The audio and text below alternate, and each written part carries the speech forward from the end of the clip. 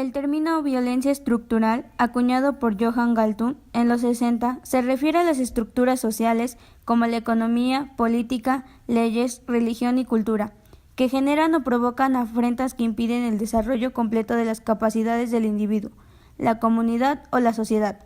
Al mismo tiempo es violencia, ya que induce lesiones de tipo físico, mental o social.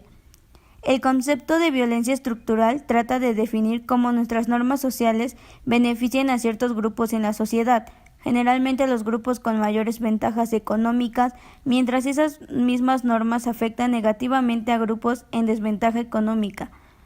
Dichos grupos usualmente se convierten en las víctimas del racismo o discriminación o víctimas de exclusión. El fenómeno de la violencia estructural no es fácil de visualizar, debido a que se origina de las normas sociales. Por ejemplo, las personas con bajos ingresos económicos y que no cumplían con ciertos requisitos tenían limitado acceso a los seguros de salud. Durante este periodo, las leyes existentes contribuían al mantenimiento de la violencia estructural, al no proveer protección a la población no asegurada y que no podían pagar los elevados costos del mercado de seguros. Para detener las consecuencias de la violencia estructural se necesita de la intervención de diferentes disciplinas sociales, tales como sector político, salud y económico. En nuestra disciplina de salud pública se propone abordar la violencia estructural a través de la modificación de los determinantes sociales de la enfermedad. El objetivo es impulsar el cambio de las normas sociales actuales para el beneficio de todos los sectores de la población por igual. De esta forma, y siguiendo con el ejemplo anterior, luego a la aprobación de la ley ACA por el presidente Obama, la tasa de personas sin seguro médico disminuyó del 18% al 11.4% del tercer trimestre del 2013 al segundo trimestre del 2015. Este es un ejemplo de cómo la colaboración entre el sector salud y el sector político pueden impulsar un cambio en la norma social. ¿De qué forma el individuo y la sociedad pueden contribuir a disminuir la violencia estructural? Un buen punto de inicio es el reconocimiento de los efectos negativos de ciertas normas sociales, desafiar como individuos las convicciones y convicciones que mueven la violencia estructural en nuestra sociedad. Puede generar el cambio necesario hacia un contexto más inclusivo, y a nivel colectivo, los movimientos sociales pueden promover e idealmente iniciar los cambios que sean de beneficio a toda la población sin exclusiones de ningún tipo. Así, al mismo tiempo, debemos ser conscientes que toda modificación a las normas sociales será objeto de algún grado de resistencia, pues esto podría afectar los intereses de minorías con poder y exclusiones de ningún tipo. A pesar de ello, promover estos cambios desde el nivel individual y colectivo es importante para lograr la meta final de la erradicación de la violencia estructural. En sí, la violencia estructural es aplicado o se ve reflejado en la población vulnerable. Esto con el término nos habla sobre aquellas situaciones que causan daño al ser humano, violando sus derechos y sus necesidades básicas, como lo son supervivencia, bienestar, identidad o libertad. Este fenómeno de violencia social aparece como causa y efecto de las situaciones que se presentan en el país desde hace muchos años, como la desintegración familiar. La violencia estructural suele pasar desapercibida, es decir, no se ve directamente. Lo que normalmente se mira son los efectos de la misma, la pobreza, las familias disfuncionales, el nivel educativo, el desempleo, la delincuencia, la corrupción, salud deteriorada, indigencia, pandillas, narcotráfico y otros.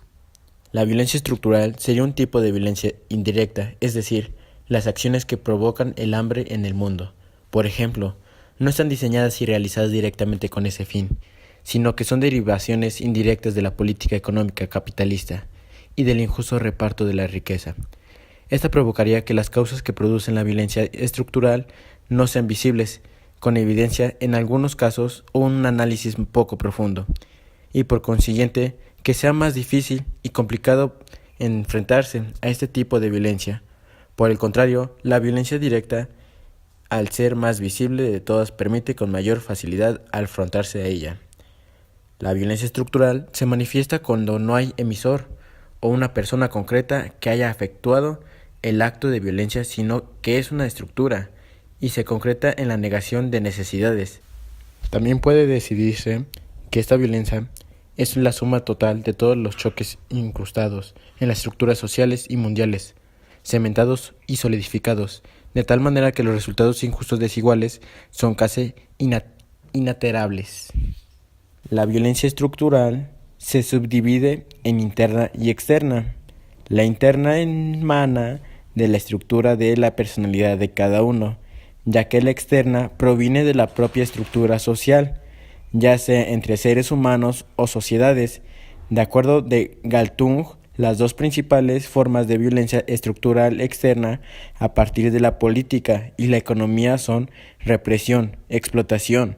Ambas actúan sobre el cuerpo y la mente, y aunque no sean consuelo para las víctimas, no necesariamente son intencionadas.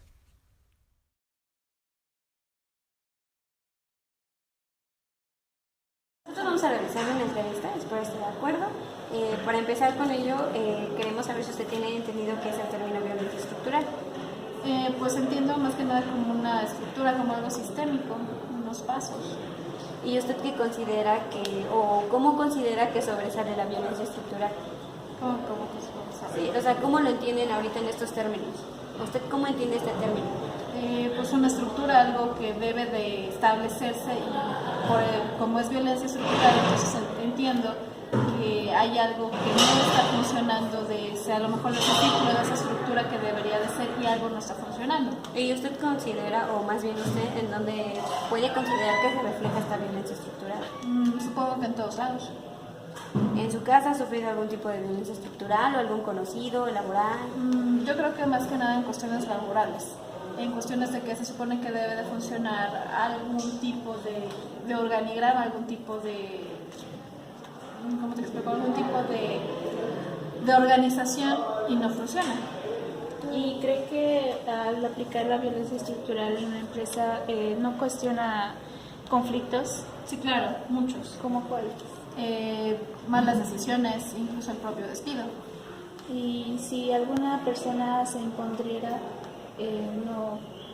¿qué pasaría con esa persona? Lo más seguro es que en cuestiones laborales a lo mejor desista de esa cuestión de empleo y vaya a otro lugar, pero se tenga que callar después para evitar esa pérdida. Bueno, nosotros tenemos entendido que la violencia estructural se debe a una desintegración familiar. ¿Usted considera que este factor es importante en esto? ¿Usted considera que realmente es por una desintegración social, una desintegración familiar? Puede ser por cuestiones, a lo mejor algún tipo de rencor o algo que se tenga que reflejar en cuestiones sociales. ¿Y por qué si se refleja en cuestiones sociales se le clasifica como una escalera? Porque va a lo mejor de menor a mayor, o sea, menor me quedo callado, a lo mejor ahorita que me estás mencionando en casa, me quedo callado en lo que es el hogar y voy aumentando lo que es la violencia hacia lo social. ¿Y usted conoce casos así? Sí, donde generalmente hay una familia que está desintegrada y tiene esa constante violencia intrafamiliar, a lo mejor lo que son gritos, a lo mejor lo que son incluso lesiones, y no lo dice nada, o sea, dentro de casa es totalmente sumiso o sumisa y ya afuera se muestra como el prepotente, la persona que debe demandar y ni siquiera llega a lo mejor a un puesto alto. Entonces en casa es callado y fuera de casa es otra persona. Sí. También hablando sobre la familia, estos problemas se considerarían como delitos. Los tipos de problemas cuando se escalada. Ajá, por ejemplo, cuando se quedan calladas por sufrir un maltrato, como que se quedan con esa amenaza y no entrarían como... Pues no podría, si están callados, pues obviamente no pueden denunciar algún tipo de delito a menos que alguien intervenga para poder estudiar su caso y ya sacando ese tipo de declaración, posiblemente la persona ya pueda ir acompañada de alguien para denunciarlo. Entonces es considerado que si una persona es callada, al reflejarlo lo refleja con la violencia que está sufriendo. No necesariamente, hay personas que por sí tienen una personalidad introvertida y hay otros que son totalmente extrovertidos. No necesariamente el estar callado te va a reflejar una violencia, pero sí en algunos casos teniendo a lo mejor que la persona sea introvertida, que esté aislada, que no le gusta convivir, posiblemente que la persona vaya cambiando constantemente de humor, empieza a reflejar algún tipo de violencia que está sufriendo en sus casos. Bueno, pues sería todo. Gracias, Sofía.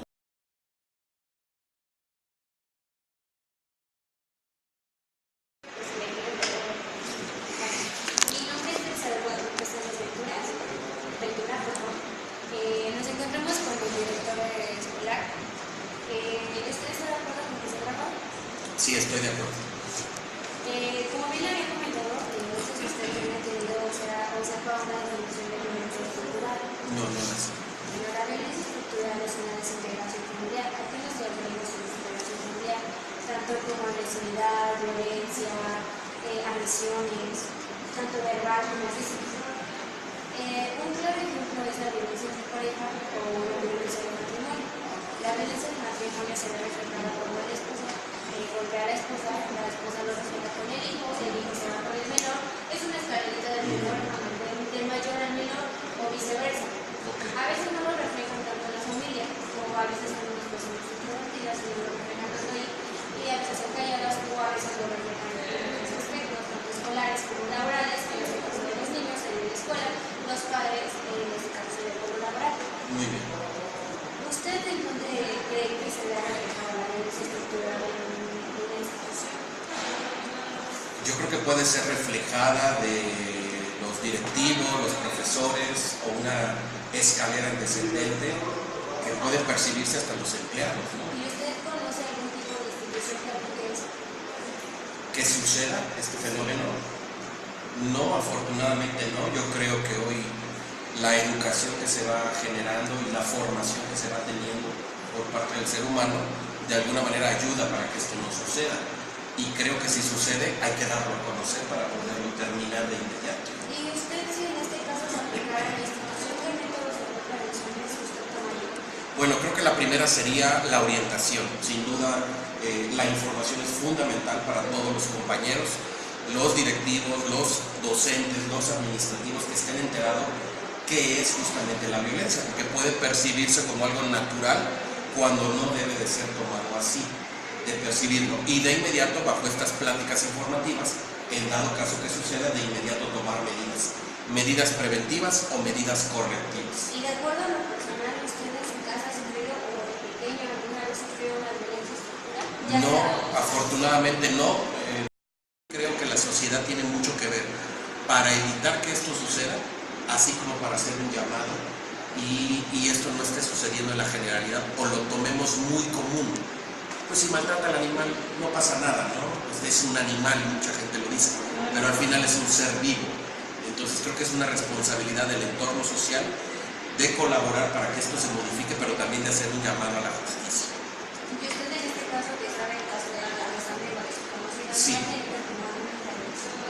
Mi única intervención que ha sido es recomendarle una terapia psicológica, una terapia de familia con especialistas. Le he recomendado a gente del área de desarrollo para la familia, el DIF, en donde entiendo que ahí hay especialistas en donde pueden darles un tratamiento como familia de manera individual para que esto de alguna manera pueda revertirse y puedan llegar a tener una convivencia sana y sobre todo buscar lo que todos, la felicidad.